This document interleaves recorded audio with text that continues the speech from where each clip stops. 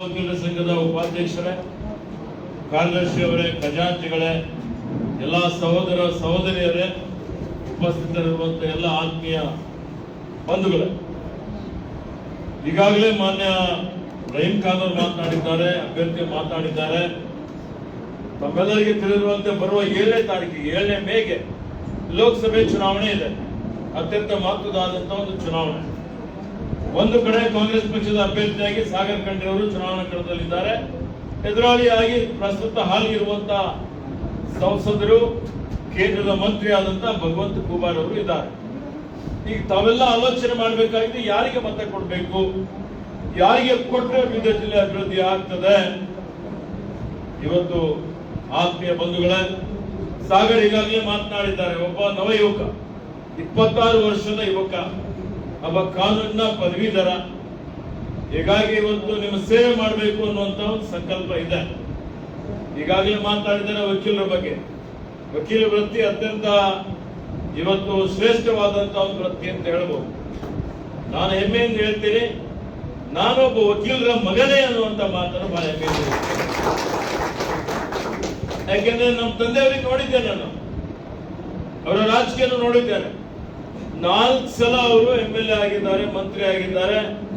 2 ಸಲ ಅವರು ವಿಧಾನ ಪರಿಷತ್ತಿನ ಸದಸ್ಯರಾಗಿದ್ದಾರೆ. ಅನೇಕ ಹುದ್ದೆಗಳನ್ನು ಅಲಂಕರಿಸಿದ್ದಾರೆ, ಸೇವೆ ಮಾಡಿದ್ದಾರೆ. ರಾಜ್ಯಕ್ಕೆ, ರಾಷ್ಟ್ರಕ್ಕೆ, ಸ್ವಾತಂತ್ರ್ಯಕ್ಕಾಗಿ, ಏಕೀಕರಣಕ್ಕಾಗಿ, ಬೀದರ್ ಜಿಲ್ಲೆಯ ಅಭಿವೃದ್ಧಿಗಾಗಿ, ಅನ್ಯಾಯದ ವಿರುದ್ಧ ಹೋರಾಟ ಮಾಡಿದ್ದಾರೆ, ಸಮಾಜಕ್ಕಾಗಿ ದುಡಿದಿದ್ದಾರೆ. ಆದರೆ ಇವತ್ತು ಅವ್ರಿಗೆ ಏನಂತ ಕರಿತೀರು? ಅವ್ರಿಗೆ ನಾನು ಚಿಕ್ಕವನಿದ್ದಾಗಿನಿಂದ ನೋಡ್ತಾ ಇರ್ತೇನೆ, ವಕೀಲ್ ಸಾಬ್ ಅಂತಾರೆ. ಅವ್ರಿಗೆ ಯಾರು MLA ಸಾಬ್ ಅಂತಿಲ್ಲ. ನೀವು ನೋಡಿದ್ದೀರಿ, ನಿಮ್ಗೆಲ್ಲ ಬಂದಿದೆ ಹಿರಿಯರಿದ್ದವ್ರಿಗೆ. ಅವ್ರಿಗೆ ಎಲ್ಲರೂ ಕರೆಯದೆ ವಕೀಲ್ ಸಾಬ್ ಅಂತ. ಅವ್ರಿಗೆ ಯಾರೋ ಒಬ್ರು ಕೇಳ್ತಾರೆ, ನೀವು ಯಾಕೆ ವಕೀಲ ವೃತ್ತಿ ಮಾಡಿದಿರಿ ಅಂದ್ರೆ ಅವ್ರು ಹೇಳ್ತಾರೆ, ನಮ್ಮ ತಾಯಿಯವ್ರ ಇಚ್ಛೆ ಇತ್ತು ನಾನು ವಕೀಲ ಆಗ್ಬೇಕು ಅಂತ ಹೇಳಿ.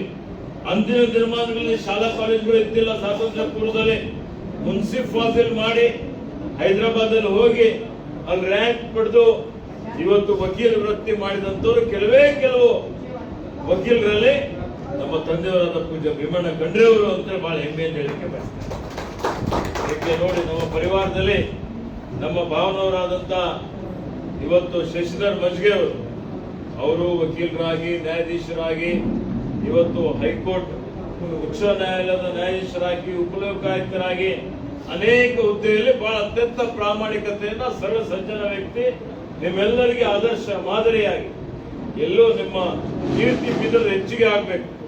ಆ ರೀತಿಯಲ್ಲಿ ಯಾವುದೇ ಕಪ್ಪು ಚಿಕ್ಕೆ ಇಲ್ಲದೆ ಅವರು ಸೇವೆ ಮಾಡಿದ್ದು ಇಲ್ಲಿರುವಂತ ಅನೇಕ ಜನ ಹಿರಿಯ ವಕೀಲರಿಗೆ ನಿಮ್ಗೆ ಇದ್ರ ಬಗ್ಗೆ ಮಾಹಿತಿ.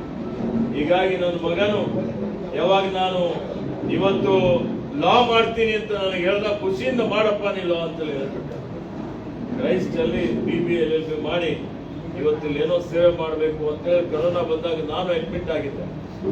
ಅದು ಮೇಲೆ ಆಸ್ಪತ್ರೆಯಲ್ಲಿ ಬೆಂಗಳೂರಲ್ಲಿ ಜನ ಕಷ್ಟದಲ್ಲಿತ್ತು, ಬಹಳ ಆತಂಕ ಇತ್ತು, ಬಹಳ ಜನ ತತ್ತರಿಸಿ ಹೋಗಿದ್ರು. ಏಕೆಂದ್ರೆ ಆ ವ್ಯವಸ್ಥೆ ನೋಡಿ, ಅವತ್ತು ಇಂಜೆಕ್ಷನ್ ರೆಮ್ಡೆಸಿವಿರ್ ಸಿಗ್ತಾ ಇದ್ದಿಲ್ಲ. ಅಂದಿನ ಏನು ದುರಾಡಳಿತ ನಡೀತಾ ಇತ್ತು, ಆಡಳಿತ ಯಂತ್ರನೇ ಯಾರಿತ್ತು ಹತೋಟಿಯಲ್ಲಿ ಇರಲಿಲ್ಲ. 2,000 ಇಂಜೆಕ್ಷನ್ಗೆ 30,000, 40,000 ಇವತ್ತು ಕಾಳಸಂತೆಯಲ್ಲಿ ಮಾರಾಟ ಆಗ್ತಾ ಇತ್ತು. ಆಕ್ಸಿಜನ್ ಇಲ್ಲದೆ ಜನ ಹಾದಿಯಲ್ಲಿ ಬೀದಿಯಲ್ಲಿ ಸಾಯ್ತಾ ಇದ್ರು, ನಾವು ನೋಡಿದ್ದೇವೆ. ನಾನು ಅಂತ ಸಮಯದಲ್ಲಿ ಹಾಲಿ ಇರುವಂತಹ ಸಂಸದರು ನಾನು ಮೌನಾಚರಣೆ ಮಾಡ್ತೀನಿ ಅಂತ ಹೇಳಿ ಮೌನ ವೃತ್ತ ಆಚರಣೆ ಮಾಡಿದ್ದೆ. ಏನು ಮಾಡಲಿಲ್ಲ. ನಾನು ಶಾಸಕನಾಗಿದ್ದೆ. ರಾತ್ರಿ ಎಲ್ಲ ನಿದ್ರೆಗೆಟ್ಟು ಆಕ್ಸಿಜನ್ ಕಳಿಸುವಂಥದ್ದು, ರೆಮ್ಡೆಸಿವಿರ್ ಕಳಿಸುವಂಥದ್ದು, ಸಾಗರ್ಗೆ, ಬೀದರ್ಗೆ ಕಳಿಸಿ ಅನೇಕ ಜನ ಜೀವ ಉಳಿಸುವಂತಹ ರೀತಿಯಲ್ಲಿ ಸಾಕಷ್ಟು ಶ್ರಮ ಪಟ್ಟಿದ್ದೆ. ಏನು ಸತ್ಯ ಇದೆ ಅಂತ ಹೇಳ್ತಾರೆ. ಈಗ ಆ ಸಂದರ್ಭದಲ್ಲಿ ಬಂದ ಮೇಲೆ ಏನೋ ಒಂದು ನಾನು ಬೆಂಗಳೂರಿಗೆ, ವಿದೇಶಕ್ಕೆ ಎಲ್ಲ ಬಿಟ್ಟು ಇಲ್ಲೇ ಸೇವೆ ಮಾಡಬೇಕು, ಜನರ ಕಷ್ಟ, ಸುಖ, ದುಃಖ ಎಲ್ಲ ನೋಡಿ ಶಾಂತಲ ಶಿಕ್ಷಣ ಸಂಸ್ಥೆಯ ಕಾರ್ಯದರ್ಶಿಯಾಗಿ ಶೈಕ್ಷಣಿಕ ಕ್ಷೇತ್ರದಲ್ಲಿ ಪ್ರಗತಿ ತರಬೇಕು ಅಂತ ಹೇಳಿ ಬಂದ ಮೇಲೆ ನಮ್ಮ ಪಕ್ಷ ಸಾಗರನನ್ನು ಗುರುತಿಸಿ ಒಬ್ಬ ಯುವ ಶಕ್ತಿ ಅಂದ್ರೆ ಅಣುಶಕ್ತಿ ಇದ್ದಾಗೆ. ನೋಡಿ, ಯುವಕರಲ್ಲಿ ಒಂದು ದೂರದರ್ಶಿತ್ವ ಇರ್ತದೆ, ಒಂದು ವಿಷನ್ ಇರುತ್ತೆ, ಒಂದು ಇವತ್ತೇನು ಆಧುನಿಕ ಯುಗದಲ್ಲಿ ಏನೇನು ಬೇಕಾಗಿದೆ ಅನ್ನುವಂತ ಉತ್ಸಾಹ ಇರುತ್ತೆ, ಆ ಒಂದು ಹುಮ್ಮಸ್ಸು ಇರುತ್ತೆ. ಅದೇ ಉತ್ಸಾಹ, ಅದೇ ಹುಮ್ಮಸ್ಸು ನನಗೆ ಮಾಡಿದ್ರೆ ಬರೋದಿಲ್ಲ. ಈಗ ಇನ್ನು ಮುಂಬರುವಂತ ದಿನಮಾನಗಳು ಯುವಕರಿಗೆ ಬರುತ್ತೆ. ಬಹಳ ಜನ ಮಾತಾಡ್ತಾರೆ, ಇನ್ನೂ ಸಣ್ಣವನಿದ್ದಾನೆ ಆದ್ರೆ ಸಮರ್ಥ ಇದ್ದಾನೆ ಅನ್ನುವಂತ ಮಾತನ್ನು ಹೇಳಲಿಕ್ಕೆ ಬಯಸಿದ್ದಾರೆ. ಅನೇಕ ಸಲ ಹೇಳಿದ್ದಾರೆ ಅವರು, ಏನಪ್ಪ ನನ್ನ ಜೊತೆಯಲ್ಲಿ ರಾಜ್ಯ ಮಟ್ಟದ, ರಾಷ್ಟ್ರ ಮಟ್ಟದ, ಅಂತಾರಾಷ್ಟ್ರೀಯ ಮಟ್ಟದ ಏನು ವಿಷಯಗಳಿದ್ದಾವೆ ಅದ್ರ ಬಗ್ಗೆ ವೇದಿಕೆ ಮೇಲೆ ಡಿಬೇಟ್ ಮಾಡ್ಲಿಕ್ಕೆ ತಯಾರಿದ್ರೆ ಎದುರಾಳಿ ತಯಾರಾಗ್ಲಿ, ನಾನು ಬರ್ಲಿಕ್ಕೆ ತಯಾರಿದ್ದೀನಿ ಅನ್ನುವಂತ ಮಾತನ್ನು. ಹೀಗಾಗಿ ಆತ್ಮೀಯ ಬಂಧುಗಳೇ, ಇವತ್ತು ನೋಡಿ ಪ್ರಜಾಪ್ರಭುತ್ವದ ಆಧಾರ ಸ್ತಂಭ ಏನು?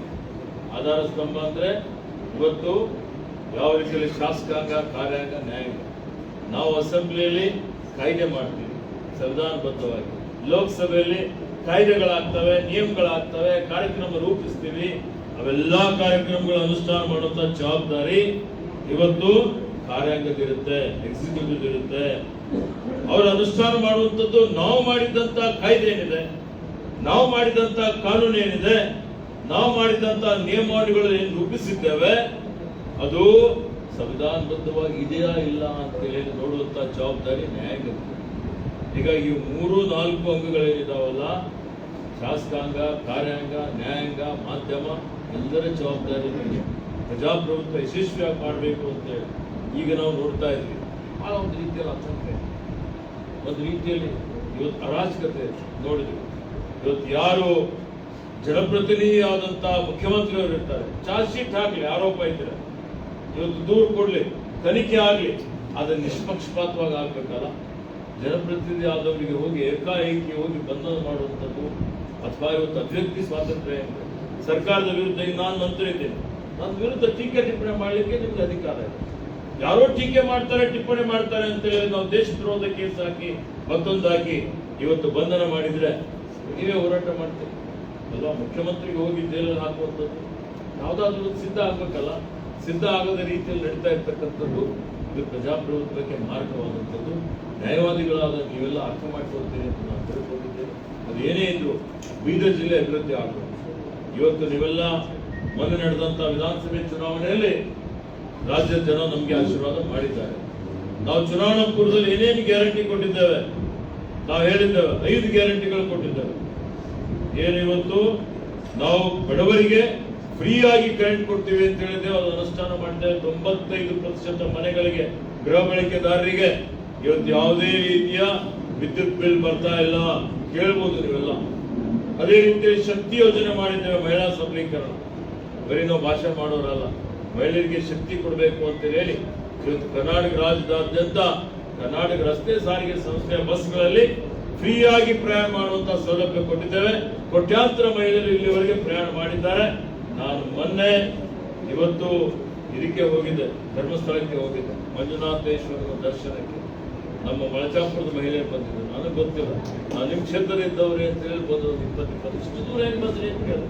ಸರ್ ಬಸ್ ಫ್ರೀ ಮಾಡಿದಿರಿ, ನಾವೀಗ ಬಂದಿದ್ದೇವೆ, ಈಗ ಕುಕ್ಕೆ ಸುಬ್ರಹ್ಮಣ್ಯ ಹೋಗ್ತಾ ಇದ್ದೇವೆ, ನಮ್ಗೆ ದೇವರ ಆಶೀರ್ವಾದ ಪಡಿಬೇಕು ಅಂತ ಫೋಟೋದಲ್ಲಿ ಟಿವಿಯಲ್ಲಿ ನೋಡ್ತಿದ್ದೀವಿ, ಈಗ ಖುದ್ದಾಗಿ ಬಂದು ಆಶೀರ್ವಾದ ಪಡಿತಾ ಇದ್ದೀವಿ, ನಿಮ್ ಜೊತೆಲಿ ಇದ್ದೀವಿ ಅನ್ನೋಂಥ ಮಾತನ್ನು ಹೇಳಿದ್ದೇವೆ. ನಾವು ಹೇಳೋದು ನೋಡಿ, ದೇವಾಲಯದ ಆದಾಯ ದುಪ್ಪಟ್ಟಾಗ್ತದೆ, ದೇವಾಲಯಗಳೆಲ್ಲ ರೀಚ್ ಆಗ್ಬಿಟ್ಟಿಲ್ಲ. ಆ ರೀತಿಯಲ್ಲಿ ನಮ್ಮ ಜನರೇ ಈ ರೀತಿಯಲ್ಲಿ ಇವತ್ತು ಮಹಿಳೆಯರಿಗೆ ಶಕ್ತಿ ಯೋಜನೆ ಕಾರ್ಯಕ್ರಮ ಮಾಡಿದ್ದಾರೆ. ಎಲ್ಲಕ್ಕಿಂತ ಪ್ರಮುಖವಾದಂಥದ್ದು ಇವತ್ತು ಭಾಗ್ಯಲಕ್ಷ್ಮಿ ಯೋಜನೆ. ಇವತ್ತು ಯಾವ ರೀತಿಯಲ್ಲಿ ಇವತ್ತು ನಾವು ಭಾಗ್ಯಲಕ್ಷ್ಮಿ ಯೋಜನೆ ಅಡಿಯಲ್ಲಿ ಇವತ್ತೇನು ನಮ್ಮಲ್ಲಿ ಎಲ್ಲಾ ಮಹಿಳೆಯರಿಗೆ ಜಾತ್ಯತೀತವಾಗಿ ಎಲ್ಲಾ ಜಾತಿ, ಎಲ್ಲಾ ಭಾಷೆ, ಎಲ್ಲಾ ಧರ್ಮೀಯ ಜನರಿಗೆ ಪ್ರತಿಯೊಂದು ಮನೆಗೆ ಯಜಮಾನಿ ಗೃಹಲಕ್ಷ್ಮಿ, ಭಾಗ್ಯಲಕ್ಷ್ಮಿ ಅಲ್ಲ ಗೃಹಲಕ್ಷ್ಮಿ, ಯಜಮಾನಿ ಮಹಿಳೆಗೆ ಪ್ರತಿ ತಿಂಗಳು 2,000 ರೂಪಾಯಿನ ಅವ್ರ ಮನೆಯಲ್ಲಿ ಖಾತೆಯಲ್ಲಿ ಡಿಬಿಟಿ ಮುಖಾಂತರ, ನೇರ ವರ್ಗಾವಣೆ ಮುಖಾಂತರ ಅವರ ಖಾತೆಯಲ್ಲಿ ಜಮಾ ಮಾಡುವಂಥದ್ದು. ಯಾವುದೇ ರೀತಿಯ ಭ್ರಷ್ಟಾಚಾರ ಇಲ್ಲ, ಯಾರಿಗೆ ಸೋರಿಕೆ ಇಲ್ಲ. ಇವತ್ತು ಆಟೋಮೆಟಿಕ್ ಆಗಿ ಸರ್ಕಾರದಿಂದ ನಿಮ್ಮ ಖಾತೆಯಲ್ಲಿ ಜಮಾ ಮಾಡುವಂತ ಕೆಲಸ ಇವತ್ತು ನಾವು ಮಾಡಿದ್ದೇವೆ. ಎಷ್ಟು ಜನರಿಗೆ ಲಾಭ ಆಗ್ತಾ ಇದೆ? ಇಡೀ ರಾಜ್ಯದಲ್ಲಿ 1,25,00,000, 2,500 ಕೋಟಿ ರೂಪಾಯಿ ಪ್ರತಿ ತಿಂಗಳು ಅವರ ಖಾತೆಯಲ್ಲಿ ಜಮಾ ಆಗ್ತದೆ. ವರ್ಷಕ್ಕೆ 30,000 ಕೋಟಿ. ಬೀದರ್ ಜಿಲ್ಲೆಯಲ್ಲಿ 3,25,000 ಕುಟುಂಬಗಳು, 65 ಕೋಟಿ ಪ್ರತಿ ತಿಂಗಳು, ಒಂದು ವರ್ಷಕ್ಕೆ 700 ಕೋಟಿ. ಇಷ್ಟೊಂದು ದೊಡ್ಡ ಮಟ್ಟದ ಕಾರ್ಯಕ್ರಮ, ಕಲ್ಯಾಣ ಕಾರ್ಯಕ್ರಮ ಯಾವ್ದಾದ್ರು ಬೇರೆ ರಾಜ್ಯದಲ್ಲಿದೆ ಅಥವಾ ಹಿಂದಿದ್ದಂತ ಸರ್ಕಾರ ಮಾಡಿಲ್ಲ? ನೋಡಿ, ಅನ್ನಭಾಗ್ಯ ಕಾರ್ಯಕ್ರಮದಲ್ಲಿ 5 ಕಿಲೋ ಅಕ್ಕಿ ಹೆಚ್ಚಿ ಕೊಡ್ತೀವಿ ಅಂತ ಹೇಳಿದ್ದೇವೆ. ಪಡಿತರ ಚೀಟಿ ಉದ್ದಂತವರಿಗೆ ಪ್ರತಿ ವ್ಯಕ್ತಿಗೆ 5 ಕಿಲೋ ಅಕ್ಕಿ ಕೇಂದ್ರದ ಗೋಡೌನ್ ನಲ್ಲಿ ಇದ್ರು ಕೊಡಂಗಿಲ್ಲ ಅಂತ ಹೇಳಿದ್ರೆ ಅದಕ್ಕೆ ನಾವು ಹಣ ಕೊಡ್ತೀವಿ ಅಂತ ಹೇಳಿ 1 ಕಿಲೋಗೆ 34 ರೂಪಾಯಿ ಅಂತ ಹಿಡಿದು ನಾವು 5 ಕಿಲೋಗೆ 170 ರೂಪಾಯಿ ಬೀದರ್ ಜಿಲ್ಲೆಯ 12.5 ಲಕ್ಷ ಜನರಿಗೆ ಕಳಿಸಿಕೊಟ್ಟು. ಯಾರ್ಯಾರ ಹತ್ರ ಪಡಿತರ ಚೀಟಿ ಮನೆಗೆ 5 ಜನ ಇದ್ರೆ ಇವತ್ತು 850 ರೂಪಾಯಿ. ಈ ರೀತಿಯಲ್ಲಿ 12.5 ಲಕ್ಷ ಜನರಿಗೆ ಪ್ರತಿ ತಿಂಗಳು 170 ರೂಪಾಯಿ ಅವರ ಖಾತೆಯಲ್ಲಿ ಜಮಾ ಮಾಡುವಂತ ಕೆಲಸ ನಾವು ಮಾಡಿದ್ದೇವೆ.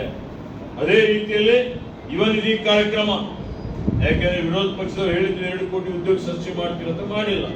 ಹೀಗಾಗಿ ನಾವು ಯಾರು ಪದವಿ ಮಾಡಿದ್ದಾರೆ 6 ತಿಂಗಳವರೆಗೆ ಅವರಿಗೆ ಉದ್ಯೋಗ ಸಿಕ್ಕಿಲ್ಲ ಅಂದ್ರೆ ಅಂತವ್ರು ಅರ್ಜಿ ಹಾಕಿ ಬಿಡ್ತಾರೆ. ಆ ಅರ್ಜಿ ಹಾಕಿದ್ರೆ ಅವ್ರಿಗೆ 2 ವರ್ಷ ತನಕ ನಿರುದ್ಯೋಗ ಭತ್ಯೆ ಕೊಡಬೇಕು ಅಂತ ಹೇಳಿ 3,000 ರೂಪಾಯಿ ಪದವಿ ಮಾಡಿದವರಿಗೆ 1,500 ರೂಪಾಯಿ, ಡಿಪ್ಲೊಮಾ ಮಾಡಿದವರಿಗೆ ಅವ್ರ ಖಾತೆಯಲ್ಲಿ ಜಮಾ ಮಾಡುವಂತ ಕೆಲಸ, ಯುವಕರಿಗೆ ಸಹಾಯ ಮಾಡುವಂಥದ್ದು, ಸಬಲೀಕರಣ ಮಾಡುವಂತ ಕೆಲಸ ನಮ್ಮ ಸರ್ಕಾರ ಮಾಡಿದೆ. ನುಡಿದಂತೆ ನಡೆದಿದ್ದೇವೆ, ಕೊಟ್ಟ ಭರವಸೆಯನ್ನು ಈಡೇರಿಸಿದ್ದೇವೆ. ಬೀದರ್ ಜಿಲ್ಲೆಯಲ್ಲಿ ವಿಶೇಷವಾಗಿ ನಿಮ್ಮೆಲ್ಲರ ಆಶೀರ್ವಾದದಿಂದ, ನಮ್ಮ ತಂದೆಯವರ ಆಶೀರ್ವಾದದಿಂದ ನಾನು ಮತ್ತೆ ಗೆದ್ದಿದ್ದೇನೆ, ಮಂತ್ರಿ ಆಗಿದ್ದೇನೆ, ಉಸ್ತುವಾರಿ ಮಂತ್ರಿಯೂ ಆಗಿದ್ದೇನೆ. ಅರಣ್ಯ ಮತ್ತು ಪರಿಸರ ಖಾತೆ ನನಗಿದೆ. 2 ಮಂತ್ರಿ ಆಗಿದ್ದೇವೆ, 2 ಗೆದ್ದಿದ್ದೇವೆ. ರಹೀಂ ಖಾನ್ ಮಂತ್ರಿ ಆಗಿದ್ದಾರೆ. ನಮ್ಮ ಜವಾಬ್ದಾರಿ ಇದೆ, ನಿಮ್ಮ ಭಾಗದ ಈ ಭಾಗದ ಅಭಿವೃದ್ಧಿ ಮಾಡಬೇಕು. ಬಹಳ ಕನಸು ಇಟ್ಕೊಂಡಿದ್ದೇವೆ, ಬಹಳ ಯೋಜನೆಗಳು ಹಾಕಿಕೊಂಡಿದ್ದೇವೆ. ನೀವು ನಮ್ಗೆ ಶಕ್ತಿ ಕೊಟ್ಟಿದ್ದೀರಿ ಶಕ್ತಿ. ಈಗ ನಮ್ಮ ಪಕ್ಷದ ಸಂಸದನಿಗೆ ನೀವು ಗೆಲ್ಸ್ಕೊಟ್ರೆ ನಮ್ಗೆ ಹೆಚ್ಚಿನ ಶಕ್ತಿ ಬಂದಂಗೆ ಆಗುತ್ತೆ. ಮುಖ್ಯಮಂತ್ರಿ ಅವರಿಗೆ ಹಿಡಿದು ಸಚಿವ ಸಂಪುಟದಲ್ಲಿ ಇವತ್ತು ನಾನು ಮೊನ್ನೆ ಹೇಳಿದೆ, ಕ್ಯಾಬಿನೆಟ್ ಅಲ್ಲಿ ಜಗಳ ಆಯ್ತು. ಬಿಜಾಪುರ ಮಾಡಿ ಬೀದರ್ ತಂದಿರಲಿಲ್ಲ. ನಾನು ಬೀದರ್ ಜಿಲ್ಲಾ ಸಂಕೀರ್ಣ ಈಗಲೇ ಆಗ್ಬೇಕು ಅಂದ್ರೆ ಮುಖ್ಯಮಂತ್ರಿ ಒಪ್ಪಿಗೆ ಕೊಟ್ಟು 100 ಕೋಟಿ ರೂಪಾಯಿ ಬೀದರ್ ಜಿಲ್ಲಾ ಸಂಕೀರ್ಣಕ್ಕೆ ಮಂಜೂರಾತಿ ಮಾಡ್ತೀವಿ ಅಂತ ಹೇಳಿ ಕ್ಯಾಬಿನೆಟ್ ಅಲ್ಲಿ ಆಯವ್ಯಯದಲ್ಲಿ ಘೋಷಣೆ ಮಾಡಿದ್ದೀವಿ. ಈಗ ಪ್ರಾರಂಭ ಮಾಡಿ 1,000 ಕೋಟಿ ನೀರಾವರಿ ಯೋಜನೆ ಹಿಂದೆ ತಂದಿದ್ದೇವೆ, ಈಗಲೂ ಮಾಡ್ತೇವೆ. JJM ಅಲ್ಲಿ 106 ಕೋಟಿ ರೂಪಾಯಿ ನೇರ ಶುದ್ಧ ಕುಡಿಯುವ ನೀರು ಕೊಡುವಂತ ಯೋಜನೆ ಜಾರಿಗೆ ತಂದಿದ್ದೇವೆ ನಾವು ಬಂದ ಮೇಲೆ. ಇವತ್ತು ಕಲ್ಯಾಣ ಕರ್ನಾಟಕ ಅಭಿವೃದ್ಧಿ ಮಂಡಳಿಗೆ ಹೋದ ವರ್ಷ 3,000 ಕೋಟಿಯಲ್ಲಿ ನಮ್ಮ ಜಿಲ್ಲೆಗೆ 400 ಕೋಟಿ ಬಂದಿದೆ. ಶಿಕ್ಷಣಕ್ಕೆ 100 ಕೋಟಿ ಇಕ್ಕಿದ್ದೇವೆ. ಅದೇ ರೀತಿಯಲ್ಲಿ ಇವತ್ತು ಈ ವರ್ಷ 5,000 ಕೋಟಿ ಇಕ್ತೀವಿ ಅಂತ ಇಕ್ತೀವಿ ಅಂತ ಘೋಷಣೆ ಮಾಡಿದ್ದೇವೆ. 5,000 ಕೋಟಿ ಈ ವರ್ಷ ಆಯವ್ಯಯದಲ್ಲಿ ನಮ್ಮ ಕಲ್ಯಾಣ ಕರ್ನಾಟಕ ಅಭಿವೃದ್ಧಿ ಮಂಡಳಿಗೆ ಮಂಜೂರಿ ಮಾಡಿದ್ದೇವೆ. 10 ಹಲವಾರು ಕಾರ್ಯಕ್ರಮಗಳು ಕರೇಜ್ ಮಾಡುವಂಥದ್ದು, ಇದು ರಾಷ್ಟ್ರೀಯ ಅಂತಾರಾಷ್ಟ್ರೀಯ ಮಟ್ಟದ ಪ್ರವಾಸಿ ಕೇಂದ್ರ ಮಾಡಬೇಕು ಅನ್ನುವಂಥದ್ದು. ಅನುಭವ ಮಂಟಪಕ್ಕೆ 50 ಕೋಟಿ ಬಿಡುಗಡೆ ಮಾಡಿದ್ದೇವೆ. ಬಾಕಿ ಇನ್ನು 300-400 ಕೋಟಿ ಬೇಕಾಗ್ತದೆ. ಅದೂ ಮಾಡ್ತೀವಿ, ಪೂರ್ತಿ ಮಾಡ್ತೀವಿ, ನಾವೇ ಉದ್ಘಾಟನೆ ಮಾಡ್ತೀವಿ ಅನ್ನೋಂಥ ಮಾತನ್ನು ಹೇಳಿದ್ದೇವೆ ಮೊದಲನೇ ಸಂಸತ್ತು. ಅದೇ ರೀತಿಯಲ್ಲಿ ಇನ್ನೂ ಅನೇಕ ಕಾರ್ಯಕ್ರಮಗಳು ಬೀದರ್ ಜಿಲ್ಲೆಯಲ್ಲಿ. ಇವತ್ತು ಬಸವ ಕಲ್ಯಾಣದಲ್ಲಿ ಒಂದು ದೊಡ್ಡ ಮಟ್ಟದ ಕೋರ್ಟ್ ಕಾಂಪ್ಲೆಕ್ಸ್ ನಿರ್ಮಾಣ ಮಾಡಲಿಕ್ಕೆ ಕ್ಯಾಬಿನೆಟ್ ಅಲ್ಲಿ ನಾನು ಬಂದು ಹಿಂದೆ ಮುಂದೆ ನೋಡ್ತಾ ಇದ್ದಾಗ ಮಾಡಲೇಬೇಕು ಅಂತ ಹೇಳಿದೆ. ಔರಾದ್ನಲ್ಲಿ ಕೋರ್ಟ್ ಕಾಂಪ್ಲೆಕ್ಸ್ ಮಾಡಲಿಕ್ಕೆ ಟೆಂಡರ್ ಮಾಡಿ ಅಂತ ಹೇಳಿ ನಾನು ಬಂದ ಮೇಲೆ ಮಾಡಿದೆ. 6 ವರ್ಷದಿಂದ ನನಗೆ ಬಿದ್ದಿತ್ತು, ಬರೀ ಬಾಲ್ಕೆ ಒಂದೇ ಆಗಿತ್ತು. ಅದು ನಾನು ಪ್ರಯತ್ನ ಮಾಡಿ ಬಾಲ್ಕೆಯಲ್ಲಿ ಮಾಡಿಸಿದ್ದೆ. ಯಾವ ರೀತಿ ಕೋರ್ಟ್ ಕಾಂಪ್ಲೆಕ್ಸ್ ಮಾಡಿಸಿದ್ದೇನೆ ಬಾಲ್ಕೆಯಲ್ಲಿ ನೀವು ನೋಡಿದಿರಿ ಅನ್ಸುತ್ತೆ. ನೋಡಿದಿರಿ ಏನ್ ಪಾಟೀಲ್ ಮೇಡಮ್ ಬಾಲ್ಕಿ ಕೋರ್ಟ್ ನೋಡಿದ್ರೆ ನೋಡಿದ್ರಿ ಮತ್ತೆ ಹೇಳದೇ ಇಲ್ಲ. ಈಗ ಯಾವ ರೀತಿಯಲ್ಲಿ ಬಾಲ್ಕಿ ಕೋರ್ಟ್ ಕಾಂಪ್ಲೆಕ್ಸ್ ಮಾಡಿದ್ದೀವಿ ನೀವು ನೋಡಿದ್ದೀರಿ. ಅದೇ ರೀತಿಯಲ್ಲಿ ಬಲ್ಲಾಳ್ ತಾಲೂಕದಲ್ಲಿ ಮಾಡ್ತೀವಿ. ನಿಮ್ದೇನು ಬಹಳ ದಿವಸದಿಂದ ಪೆಂಡಿಂಗ್ ಇದೆ, ಇವತ್ತು ಅದೇನು ಬಹಳ ದೊಡ್ಡದಿಲ್ಲ. ಆದಷ್ಟು ಶೀಘ್ರದಲ್ಲಿ ನಿಮ್ಮ ಲಿಫ್ಟ್ ಇರ್ಬೋದು, ಕಲರಿಂಗ್ ಇರ್ಬೋದು, ಇದಕ್ಕಿನ್ನೂ ಮೂಲಸೌಕರ್ಯ ಕೊಡ್ಲಿಕ್ಕೆ ಏನೇನು ಆಗಬೇಕಾಗಿದೆ ಅವೆಲ್ಲವನ್ನು ಆದ್ಯತೆ ಮೇರೆಗೆ ಮಾಡ್ತೀವಿ. ಇವತ್ತು ಅದಕ್ಕೆ ಜಸ್ಟಿಸ್ ಡಿನೈಡ್ ಅಂತ ಹೇಳ್ತಾರೆ. ಆ ರೀತಿಯಲ್ಲಿ ಮೇಲೆ ದೊಡ್ಡ ಜವಾಬ್ದಾರಿ ಇದೆ. ಕಕ್ಷಿದಾರರಿಗೆ ನ್ಯಾಯ ಕೊಡಬೇಕಾಗ್ತದೆ. ಬೇಗ ಯಾವುದೇ ಒಂದು ವ್ಯಾಜ್ಯಗಳಿಂದ ಇತ್ಯರ್ಥ ಮಾಡಬೇಕಾಗ್ತದೆ. ಆ ರೀತಿಯಲ್ಲಿ ಲೋಕ ಅದಾಲತ್ಗಳಿರ್ಬೋದು, ಇನ್ನಿತರ ಇರ್ಬೋದು. ಹೀಗಾಗಿ ನೀವೆಲ್ಲ ತಿಳಿದವರಿದ್ದೀರಿ, ಬುದ್ಧಿವಂತರಿದ್ದೀರಿ, ವಿದ್ಯಾವಂತರಿದ್ದೀರಿ. ನಿಮ್ಗೆ ಅಭಿಪ್ರಾಯ ರೂಪಿಸುವಂತ ಒಂದು ಶಕ್ತಿ ಆ ದೇವರು ಕೊಟ್ಟಿದ್ದಾನೆ. ನೀವೊಬ್ಬರೇ ಅಲ್ಲ, ನಿಮ್ಮ ಕಕ್ಷಿದಾರರು, ನಿಮ್ಮ ಸ್ನೇಹಿತರು, ನಿಮ್ಮ ಮನೆಯವರಿಗೆ ಎಲ್ಲರಿಗೆ ಹೇಳಿ ಇವತ್ತೇನು ಪರಿಸ್ಥಿತಿ ಇದೆ ಇದೆಲ್ಲವನ್ನು ನೋಡಿಕೊಂಡು ಬೀದರ್ ಜಿಲ್ಲೆಯ ಸರ್ವಾಂಗೀಣ ಅಭಿವೃದ್ಧಿಗಾಗಿ ಒಬ್ಬ ಸಮರ್ಥ, ಒಬ್ಬ ನಾಯಕ, ಒಬ್ಬ ಯುವ ನಾಯಕ ನೀವು ಕೊಟ್ರೆ he will be voice of Bidar in Delhi. Mr. Sagar ಕಂಡ್ರೆ he will be a voice of Bidar people in Delhi ಅನ್ನುವಂತ ಒಂದು ಆಶ್ವಾಸನೆ ನಾನು ಈ ಕೊಡಲಿಕ್ಕೆ ಇಷ್ಟಪಡ್ತೀನಿ. ಮತ್ತೆ ಸರ್ವಿಸಸ್ will be 24/7. 24/7 ಯಾವ ಸಮಯದಲ್ಲೂ ನೀವು ಫೋನ್ ಮಾಡಿ ನಿಮ್ಮ ಸಮಸ್ಯೆಗಳಿಗೆ ಸ್ಪಂದನೆ ಮಾಡ್ತಾರೆ ಅನ್ನುವಂತ ಒಂದು ಭರವಸೆಯನ್ನು ಕೊಟ್ಟು ಎಲ್ಲರೂ ಬರುವ 7ನೇ ತಾರೀಕಿಗೆ ನಿಮ್ಮ ಮತ, ನಿಮ್ಮ ಸ್ನೇಹಿತರ, ನಿಮ್ಮ ಪರಿವಾರದವರ ಎಲ್ಲರ ಮತ ತಪ್ಪದೆ, ಮತ ಬಹಳ ಅತ್ಯಂತ ಮಹತ್ವ. ಈಗ ಆಯ್ತಪ್ಪ, ಈ ಲೋಕಸಭೆಯಲ್ಲಿ ನಮಗೇನು ಸಿಗದೆ ಹಾಕೋರು ಹಾಕ್ತಾರೆ ಬೇಡ. ಸಮಾಜ ಯಾವ ರೀತಿ ಬದಲಾವಣೆ ಆಗಬೇಕಂತ ನೀವು ನಿರೀಕ್ಷೆ ಮಾಡ್ತಿರಲ್ಲ, ಆ ಬದಲಾವಣೆ ಬಂದು ನಾವು ನಮ್ಮಲ್ಲಿ ತಂದುಕೊಂಡ್ರೆ ಪರಿಸರ ಬದಲಾವಣೆ ಆಗ್ತದೆ. ಆ ರೀತಿಯಲ್ಲಿ ಬೀದರ್ ಜಿಲ್ಲೆಯ ಜನ ಈಗಾಗಲೇ ಬದಲಾವಣೆ ಬಯಸ್ತಾ ಇದೆ. ಎಲ್ಲಾ ಕಡೆ ಅಲೆ ಇದೆ, ಯುವಕರಲ್ಲಿ ಉತ್ಸಾಹ ಇದೆ, ಹುಮ್ಮಸ್ಸಿದೆ, ಯುವಕರೆಲ್ಲ ಓಡೋಡಿ ಬರ್ತಾ ಇದ್ದಾರೆ. ಬದಲಾವಣೆ ತರಬೇಕು, ಅದ್ರಲ್ಲಿ ನೀವು ಕೈ ಜೋಡಿಸಿ ಇವತ್ತು ಈ ಪರಿವರ್ತನೆಗೆ ಬೆಂಬಲಿಸಿ ಸಾಗರ್ ಖಂಡ್ರಿಗೆ ಹೆಚ್ಚಿನ ಒಂದು ಪ್ರಚಂಡ ಬಹುಮತದಿಂದ ಗೆಲ್ಲಿಸಿಕೊಟ್ರೆ ಇನ್ನು ಹೆಚ್ಚಿನ ಉತ್ಸಾಹದಿಂದ ನಾನು, ರಹೀಂ ಖಾನ್, ಜಾಬ್ ಶೆಟ್ಟಿ, ನಾವರಳಿ ಎಲ್ಲರೂ ಕೂಡಿ ನಿಮ್ಮ ಸೇವೆ ಮಾಡ್ತೀವಿ ಅನ್ನುವಂಥ ಒಂದು ಭರವಸೆಯನ್ನು ಕೊಟ್ಟು ನಿಮ್ಮೆಲ್ಲರಿಗೆ ಶುಭವನ್ನು ಹಾರೈಸಿ, ನಮಗೆ ಇಲ್ಲಿಗೆ ಆಗಮಿಸಿದಂತಹ ಸಂದರ್ಭದಲ್ಲಿ ನಮ್ಮ ನಿರೀಕ್ಷೆಗೂ ಮೀರಿ ಅತ್ಯಂತ ಪ್ರೀತಿ, ವಿಶ್ವಾಸ, ಅಭಿಮಾನದಿಂದ ಆದರ ಸನ್ಮಾನ ಸತ್ಕಾರ ಮಾಡಿದ್ದೀರಿ. ಇದು ಏನ್ ತೋರಿಸ್ಕೊಡ್ತದೆ ಅಂತ ಹೇಳಿದ್ರೆ ನೀವು ನಮಗೆ ಬೆಂಬಲ ಕೊಡ್ತೀರಿ ಅನ್ನುವಂಥದ್ದು. ಹೀಗಾಗಿ ನಿಮಗೆ ಮತ್ತೊಮ್ಮೆ ಧನ್ಯವಾದದಿಂದ ಹೇಳಿ, ಸಮಯನೂ ಆಗಿದೆ, 5 ನಿಮಿಷ ಆಗಿದೆ.